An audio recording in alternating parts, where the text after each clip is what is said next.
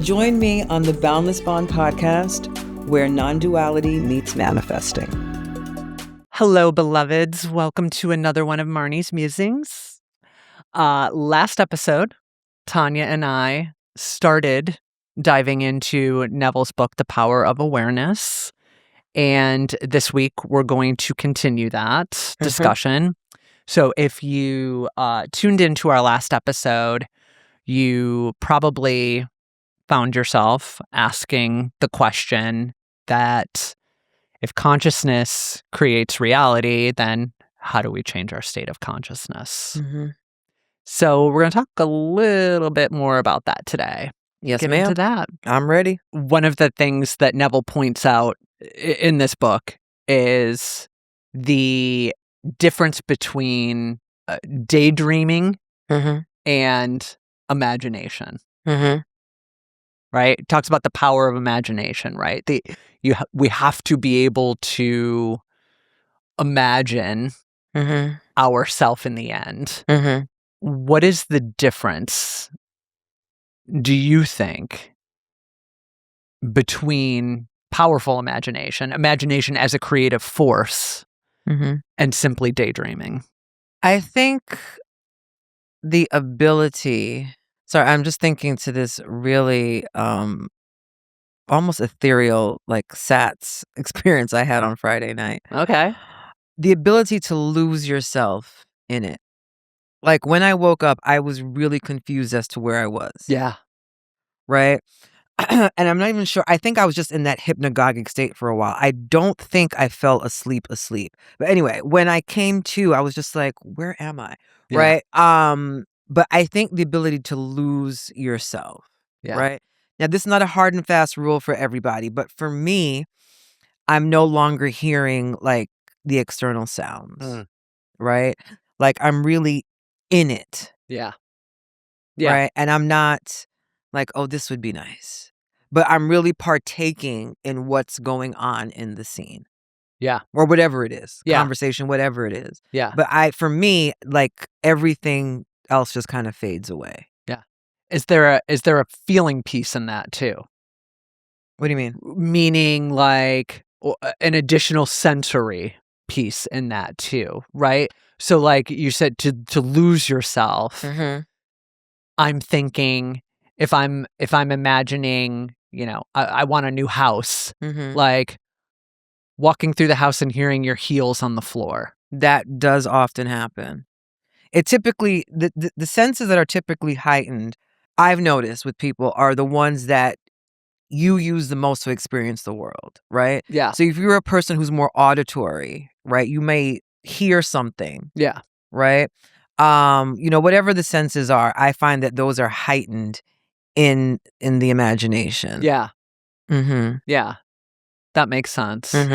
Is it possible then to multitask imagination? What do you mean? To be imagining someone and using imagination as a creative power in an experience that's not like lying down in a SATS experience or a meditation. So could you, or is that indication of daydreaming, right? So like if I'm editing a podcast and I'm thinking about, my decision or my desire, something that I want, because it's not my core focus at that time. I'm doing something else at the time. I'm kind of making this seem black and white and I'm not trying to, but like, does that mean that it's daydreaming and not imagination? Is kind of how I'm thinking about it, right? If you're doing something else, if I'm doing something else and my focus isn't completely on that desire, now I'm going to say something that you're going to get mad about. I don't get mad. I know it. She's going to call me on this because I'm going to say... I'm waiting. I'm giving you enough rope to hang yourself. So just, I see where this is going, but go ahead. You're literally letting the rope out. You're like, here you go. I'm going to say, is it even worth it to do that? So let me just get some clarity, because I don't want to answer the wrong thing and then like call you out on the wrong thing. Are you saying, let's say you're editing something, Yeah. right? And you have the decision for you and Pete to live in some big mansion in Buckhead. Yeah. Right? So are you saying if you're editing and you have like a little, maybe a scene or something pops up while you're editing, is that a daydream, or am I using my imagination? okay? Interesting. Okay. So let me ask you this. When you're editing, you're in editor mode, right? Do you stop being Pete's wife because you're being an editor? No. Okay. So why then, if your focus is not completely on this desired end, do you think that that's daydreaming? It's a daydream if you say it's a daydream. I'm thinking about it as a tool to do something, which is not correct. It's not, because you are imagination in human form. Right. Imagination equals God. Right. But daydreams are imagination. Well, okay, let me ask you, what's your definition of imagination? What do you think imagination is? Imagination is, to me, being able to imagine. No, that's not. Imagination is to be able to bring some type of sensory experience to what I want or the desire that I have. Okay, so that would be incorrect. Your imagination is the complete totality of your inner world, which is our creative force that creates our reality, which is your manifesting force. Right. Creation's finished. You're not creating anything. That's right. Our manifesting force. Yes. Right. Imagination is God. Well, everything is God, right? Right. But it's everything that's going on internally. Yes. Everything. Yes. Right? Whether you're visual, and I believe it was an Awakened Imagination where he talks about the blind girl who manifested something. So it's not just visualization. That's something else that people think that if you have to visualize to imagine. Absolutely not. This blind girl got herself to work. She can't see shit. Right. Okay? Right. So it's not visualizing, but it's everything that goes on. Yeah. What you hear, what you feel, what you say, everything. Consciously and subconsciously. Yeah. Okay. I would say more of what you're aware of. Yeah. Okay. Right? But that is what imagination is. Okay. Okay. So all right. What was the question before that? I'm sorry. So daydreams are part of our imagination. I think what Neville was trying, I don't know if daydream is the right word, right? Because definitely, things that I've imagined fleetingly have always come to pass. Excuse me. It's how you're viewing it. Right? Yeah. If you're still thinking, if it's from a space of thinking of versus thinking from, that is very different. You can do a whole sat session and still be thinking from, of. Yeah. Right? So it's how you're approaching it that makes the difference. Okay. I think and I could be wrong, but what I was hearing before we went down that road was, do you have to have this whole meditative session? Yeah. Right? That's where I was going with it from the multitask quote that I said. Yeah.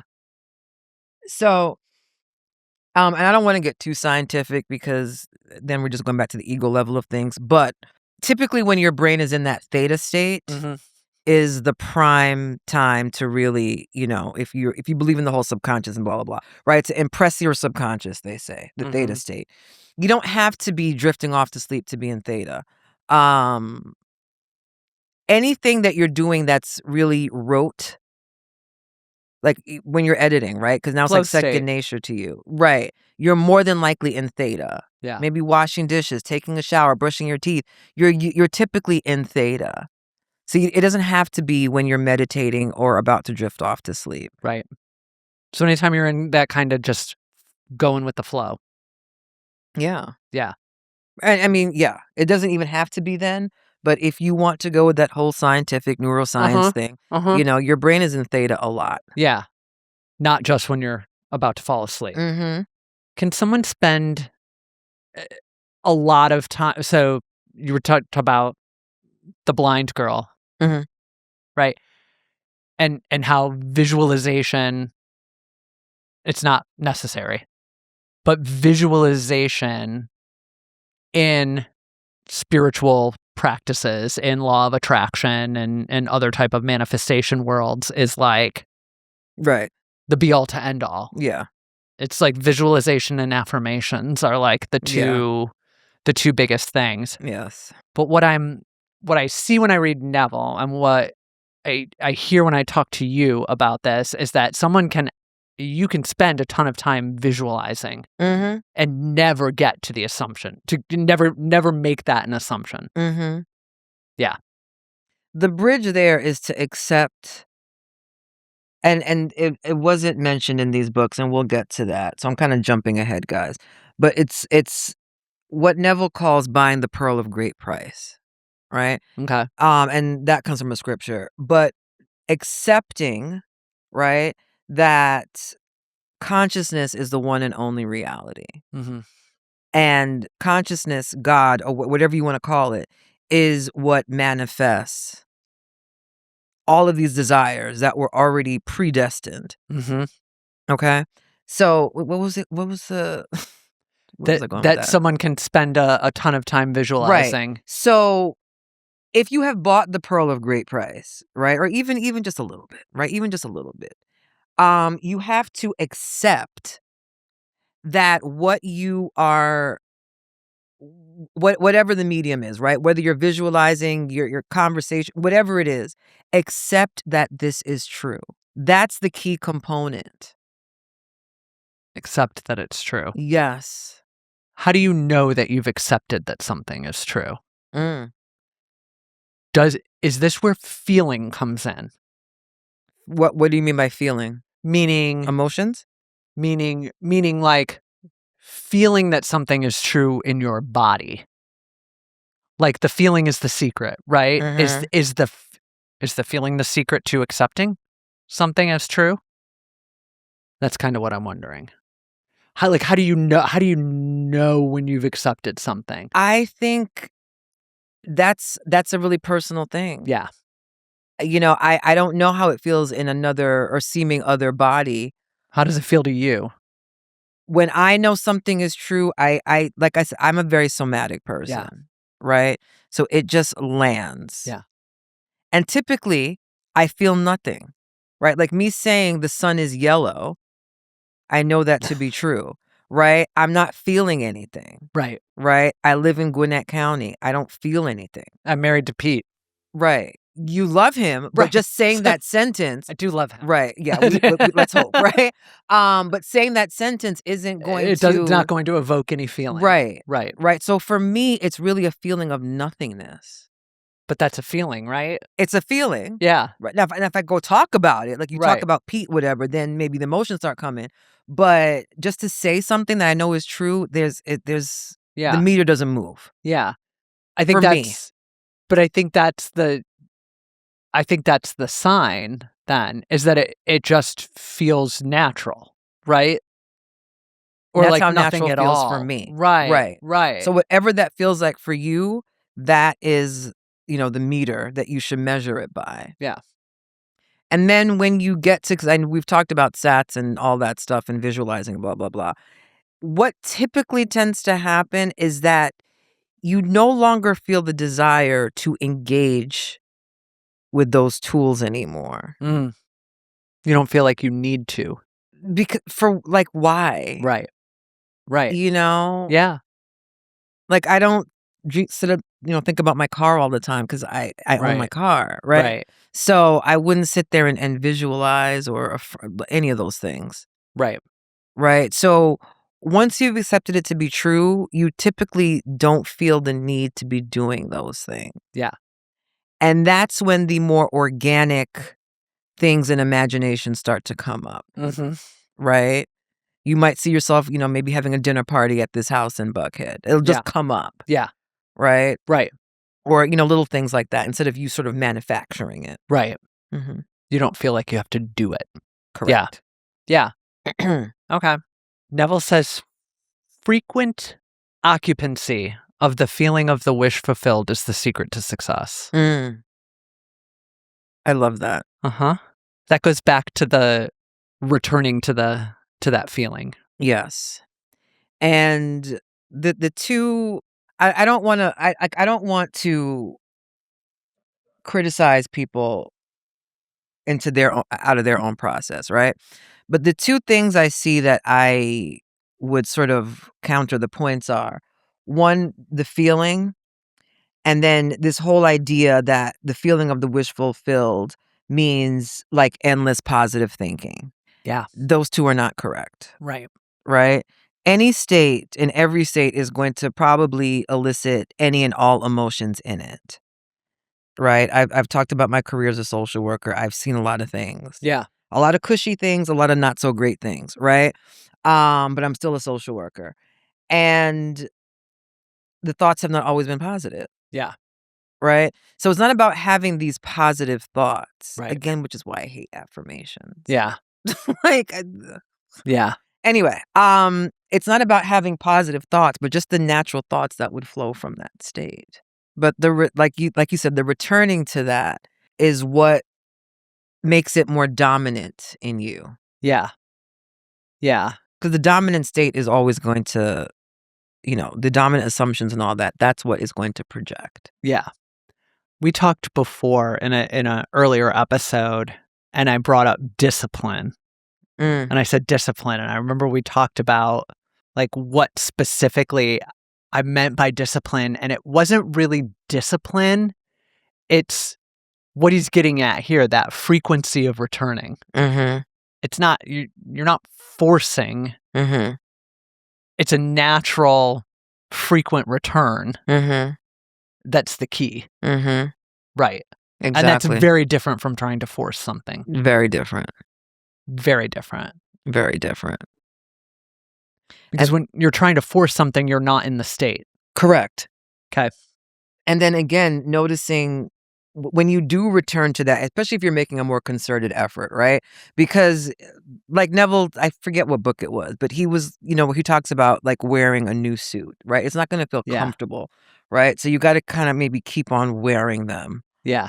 Or wearing it to sort of, break it in. And this is why, I'm sorry, I for those people who love affirmations, they're probably going to like flee my channel, right? But like when I think about, and I'm thinking about somebody I worked with recently who was wanting a relationship, and some of the affirmations, that they mentioned were like, so-and-so is obsessed with me. I'm like, listen, I worked in a jail for 5 years. Do you want someone to be obsessed with you? Yeah. Because real obsession ain't pretty. It ain't good. Right? So are these things that you would be saying to yourself if you were with this person? Right? Have you never watched a true crime documentary? Right. I mean, but again, if that's what you want, that's what you want, right? But even still, right, those are not the things that you're saying to yourself if you're in a relationship. Right. I don't say Pete's obsessed with me. Right. Or Pete loves me or whatever. Right. Like, he does. Right. I don't have to say it. Right. So to me, that's just like the icing on the cake stuff. Like that's not the meat and the potatoes. Yeah. That's not what you're saying to yourself if you're in that. Right. That's something from the outside wanting that. That's not what you're saying from the state. No. Right. No, it's not. I would hope not. It's what you're saying about the state, maybe, but not from the state. Yeah. So when you return to the state, see what's coming up. Yeah. Observe what's coming up. Yes. Because if it's still that like superficial stuff, you're not in the state. Yeah. You're not. Yeah. I heard a quote once, and it said, the quote was, radical transformation happens through the lens of observation. And that reminded me of that. Mm-hmm. Observe what's coming up. Kind of like what we talked about last week with pay attention to what you say, what comes after I am. Mm-hmm. Yeah. Yes. We talked about this a little last week, but I want to like get into it a little more. Okay. Failure. So Neville says failure happens when the desired state doesn't feel natural. Mm-hmm. We talked about that a little bit last week. Mm-hmm. Are there clues, maybe kind of just got into this a little bit, that the state isn't natural for you, or that you're not coming from you're not in a natural state? Like we talked about that earlier, like somatic cues, right? I'm trying to put some context around that state not being natural and why failure might be happening. Well, let me maybe add some color to this canvas. Yeah. I think one of the biggest cues that you are not in the state is the reaction that you have to seeming appearances. Okay. I see this a lot when it particularly comes to relationships. Okay. Right? So let's pretend you're trying to date Paul, right? Okay. You're single out there trying to date Paul. Forget Pete for a minute, right? And you maybe you dated Paul and you want Paul back. Maybe you're stalking him on social media. Now Paul is dating Jane. You're in tears, spiraling out, because Paul's with Jane, but you've been affirming all day that, Paul's obsessed with me. And, Clearly. he loves you and, you're whatever. But Paul is now with Jane. You're continuing to stalk, and then, now he's engaged. Maybe Janie's pregnant, whatever, right? So it's all spiraling. Right. So your reactions to all those things, right, as devastating as they may be, will let you know what state you're in. Yeah. Right? Because again, people have this idea of how things are supposed to unfold, right? First of all, things can happen like that, right? But let's say there is a bridge of incidents. They have this idea of how things are going to unfold. Yeah. Right? And when they don't, that reaction is very indicative of the state that you're in. Yeah. And that's also a very good lecture to read. And it might be one of his books, but I know there was a lecture called Brazen Impudence. Okay. You have to have brazen impudence. Brazen impudence. Okay. Yes. And that's where he talks about persisting in the desire, in the desired end. Yeah. Right? And again, persisting is not doing more. It's not forcing. It's not forcing. It's not doing anything. Returning to the knowing of who you are and what this desired end is. Yeah. So persistence is returning to the knowing. Yes. And continuing to walk in that assumption. It's not giving you another thing it's not something else that you have to do. Correct. It's not forcing. I think the reaction to the 3D is the biggest hiccup in all this. Yeah. Your reactions are your cue that you're not really in that state, or that you are, right? Yeah. Yeah. Okay. Yes. Your reactions, responses, because to me there's a difference, will tell you what state you're in. What's the difference between a reaction and a response? I think a reaction is more defensive, where a response is more from the offense. Yeah. Right? Yeah. So, I've said before, I can't be disrespected. Right? And a few weeks ago, I was listening to a rap song that was a little questionable and it was a little bit loud, but I was in my own private vehicle, okay, which I own my car, okay? I own my car. It's my car, right? And I think it was Project Bitch. I don't it was whatever. And this lady was just like, "Should you be playing this music?" And I'm like, "What?" In my own car? Yeah. So I said something to her, but it was a response. I didn't react. Yeah. Because I'm just like, do you know who you're talking to? Like, lady, drive on. You know what I mean? So I responded, but I didn't react. There was nothing to react to. There was no need for a reaction. Right. So just fixed my crown and kept it pushing. But that's the difference to me. Yeah. Okay. Now we will react sometimes. There's no problem with that. But then bring yourself back to knowing who you are. Yeah. Mm-hmm. So if you do, you can react. Yeah, absolutely. That's gonna happen. There is such a thing as righteous anger. Right. So, I don't want to quell that out of anybody, but then bring yourself back. Right. It's funny you said righteous anger. He talks about righteousness in the book. Right, and righteousness versus sin. And how scripture talks about it and how it's usually interpreted, how scripture is usually interpreted about righteousness and sin versus how Neville interprets it, which is sin is you not living up to the desire, the person that you want to be, the life that you want to live. Missing the mark, yes. Mm-hmm. I love that. I'm telling you, reading the Bible through this lens. Oh, I love it. It's I mean, I loved the Bible before, but Totally. it's just so enjoyable. It really is. It really is. Mhm. It's super enjoyable. And I think the other thing I was like, I said this to Pete when I was reading this. I'm like, I am more convinced now than ever after reading this book that this is what Jesus was teaching. Mm. Totally. Absolutely. Like, absolutely. The thing that like never really resonated with me was there was something in me that felt like that Jesus was never wanting to be worshipped. Oh, absolutely. Like he wanted to be studied.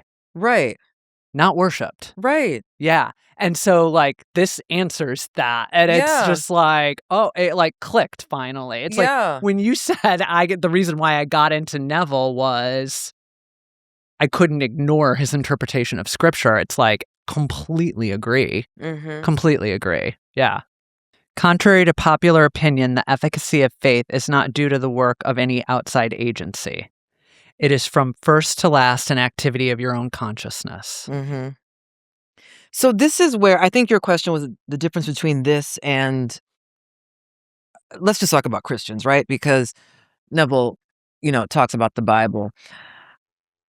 And this is not a criticism. Obviously I don't know every Christian out there, right? But Right. if people really read this Bible from Genesis to Revelation, Mm-hmm. the life they'd be living would not be that different from what Neville talks about. Right. Because the biggest difference, if not the only difference, is that they believe in a God outside of themselves. Right. Right? Faith is faith. Yeah. So many times I see people who call themselves, devout Christians who say they have faith, but they're still worrying. Yeah.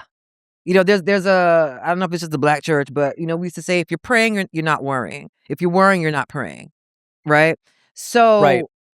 And as he quotes from Hebrews, faith is the substance of things hoped for, evidence of things not seen. Right. Right? So it's the faith in the unseen and the activity of your imagination. You have to have faith. Yeah. Right? That your imagination, which is God. Yeah. Right? Yeah. Is going to do the heavy lifting. Yeah. For this desire, which came from God anyway. Right.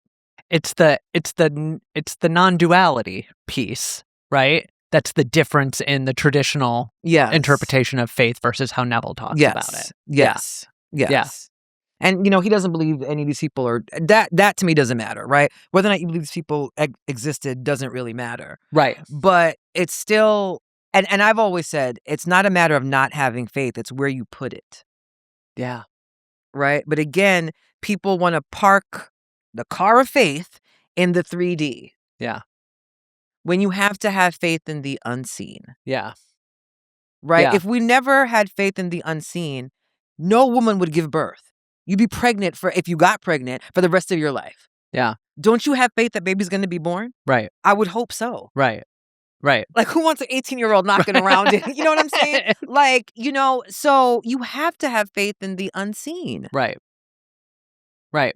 And the goodness thereof. Because a lot of people will have faith in the horrible things. The things that don't serve you. Right. Yeah. They have faith in things that don't serve them because they're more comfortable or more known, maybe. Yeah. Well, at some point, familiarity should breed contempt. Yeah. Like, you have to really get uncomfortable and fed up with your circumstances. Right.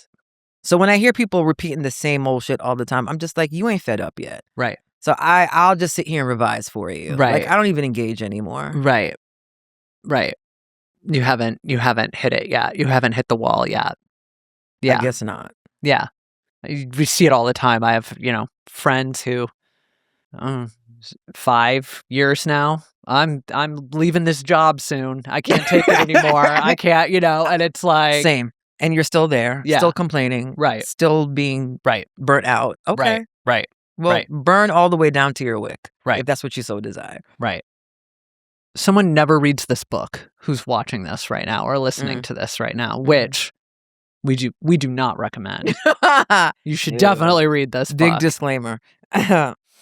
What do you think is the one thing that Neville would want them to understand about the book?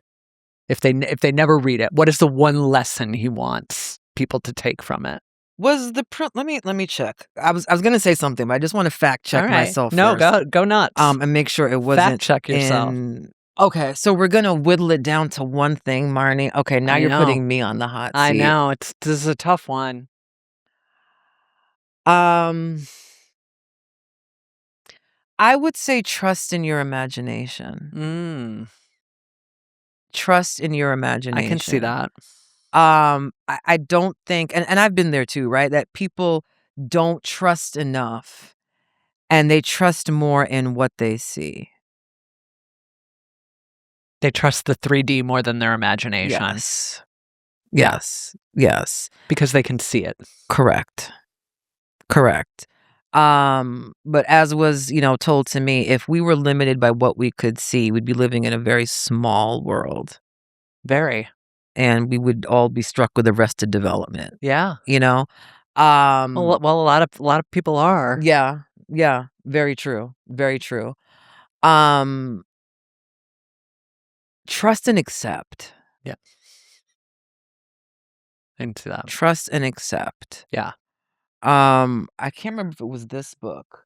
I think, it was this book where it even began where somebody asked, well, what do you do after your imaginal act? And Neville clearly says nothing.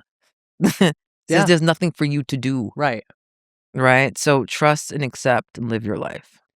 I think I think that's great.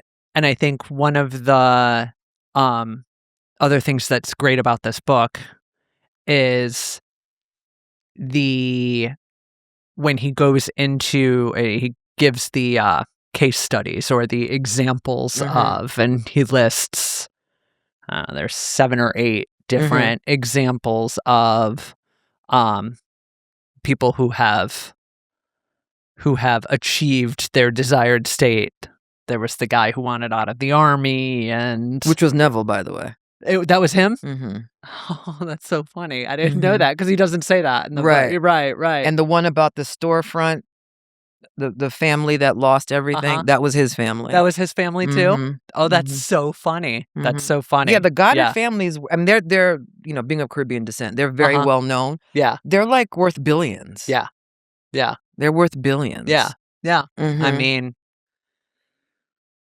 hey, one of the things that I really liked about that was that it doesn't even matter really if those stories are true or not, if they really happened or not. And I believe they do. I believe that anything can happen. But what I liked about them is that it can help you think of ways to do that for yourself. Right? Very. And I know, it's tactical, the SATS technique and whatnot that he talks about, or just not even necessarily a SATS technique, but the whole process of, identifying the desire and then, the state, returning to the state. And these examples kind of get your imagination working on how you can do similar things for yourself. That's what I think was really cool about them. It's like, the one, like the business, the storefront thing. It's like, well, I looked at that building every day and saw my name on it instead of the other name on it. It's like if you want a relationship, if you want to be in a relationship, you want to get married, you want to find a husband, it is common to go to imagining your wedding day. But that's not what being married really is. It's not your wedding day, right? And so the examples of showing what to imagine from the end, I think were very helpful. Like I said, even if those stories were just total BS and totally made up. Mm-hmm. I think it's super helpful, Mm-hmm. right? It's super helpful from an imaginary exercise. Yes. Yeah. And people struggle with that too. I've gotten and seen a lot of like, give me a scene from my end. What you mean give me that's your life. Right. I can't do that for I you. can't do that for you. Right. You know, like Right. pick something, anything. Right. But they struggle with that. But really being from the end is yeah, it can be a struggle for people, because if they've never been there, how do I know what it feels like? And so you do have to kind of get creative to get beyond the immediate, right? I want to get married. Well, it's not, so I'm imagining my wedding day. No, you should be imagining like sitting at the dining room table having dinner with your husband, arguing about, whether you paid the electric bill that month or not. Like that should be a lot more realistic. That's a lot more realistic. Exactly. That is a more natural. Yes. Or if you want to put some emotion to it, some people like that emotion. Maybe you're celebrating your 10-year anniversary. Sure. It could be something, yeah. Right. Yeah. It doesn't have to be so mundane. Right. But it also can be more mundane if that's easier for you. I prefer things like that, to be honest. Because if I'm going to repeat something, I can't sit there and be like, crying and like, right. No, that's just not me. Right. So, my scenes and my stuff tends to be a little bit more, the practical stuff. Yeah. I was thinking about that story where Neville doesn't, and he even like, if you read it again, the one with the storefront, like I think he like said the family's name was Lordard or whatever. Yeah. It was his family. It was Goddard. But yeah. But Victor, his brother, the one who was imagining, it happened 2 years later. Right? So this is not to say that immediate and by the time this comes out, you will have seen or watched the podcast I did on out of thin air manifestations. Yes, things can happen immediately. Yeah. Right? But if that is not the case, don't give up. Right. Right? It took them 2 years. Right. I don't know why. I don't know if Victor wasn't feeling it natural. I don't know if that was the natural. I don't know. It doesn't matter to me. Right? But now the family is worth like billions of dollars. Right. So stop looking at the time. Right. Stop looking at the time. Yeah. Yeah. And stop saying you failed. Right? Like if you know you're not feeling it natural, you'll know that, right? No one else can tell you that but you. Right? But if something has the appearance of not being there in your predetermined space of time, I would tell you to let that go. Yeah. Let go of time. Yeah. It's a thief. I mean, it's also non-existent anyways. Exactly. Exactly. So, it's a construct anyway. Exactly. Like a lot of other things. Yeah. So let go of time. Yeah. Yeah. I like that. Mm-hmm. All right. We're going to end on that note. Yes. Unless there's anything else you'd like to. I'm going to see how inspired I feel today, but I am going to do, Marnie, a solo podcast on what they call the SP, the specific person. I think it's time that I share my thoughts on manifesting your specific person. All right. I love that. I love that too. That's what a lot of people are. Yeah, man. Yeah, a lot of people are looking for that. Yes. Yep. All right. Giving the people what they want. Tanya Hunter, giving the people what they want. That's what I'm here for, ma'am. That's what we do at Boundless Bonds. All right. Well, we're going to discuss Awakened Imagination will be the next one. Yes, ma'am. Looking forward to it. So stay tuned. We're going to do that next. In the meantime, subscribe to the channel. Please do. Don't miss Tanya's Specific Person podcast. Thank you. And we'll see you again. Bye. Join me on the Boundless Bond podcast, where non-duality meets manifesting.